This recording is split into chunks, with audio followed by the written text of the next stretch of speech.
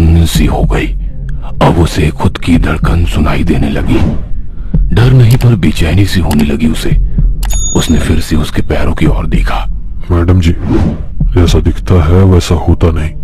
अगर मेरे पैर उल्टे होते तो आप मुझे भूल समझ लेती। पर उस मेडिकल स्टोर के बाहर खड़ी अपने दोस्त को देखा।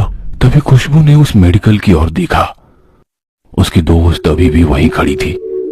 आगे कुछ लोग भी थे, उनमें 2 महिलाएं भी थी। फिर खुशबू उस लड़के की ओर देखकर बोली, हाँ देखा, क्यों? तभी उस लड़के ने गंभीर स्वर में कहा, आपकी दोस्त उस बंद मेडिकल के बाहर अकेली खड़ी है, पागल की तरह। ये दिख रहा है आपको?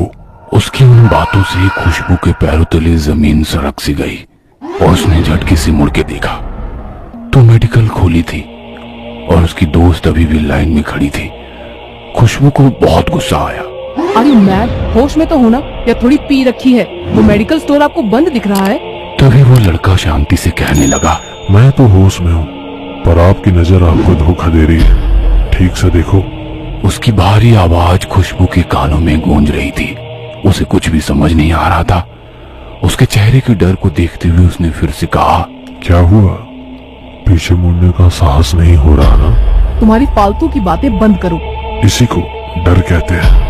वैसा तो कुछ भी नहीं, मुझे डर नहीं लगता। और प्लीज अपनी ये बकवास अभी बंद करो। Please leave me.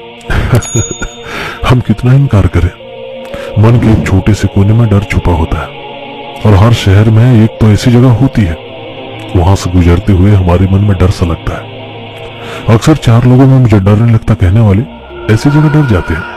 ऐसा है क्या? और वो कौन सी जगह है? कोई ऐसी इमारत जो कई सालों से निर्मनुष्य हो, या शहर के बाहर कोई शमशान भूमि, सरकारी अस्पताल की पीछे वाली दीवार, या अस्पताल का पोस्टमार्टम रूम जहाँ मरे हुए शरीर की चीर फाड़ होती है। ऐसी जगह पल भर के लिए इंसान को बेचैन कर देती है।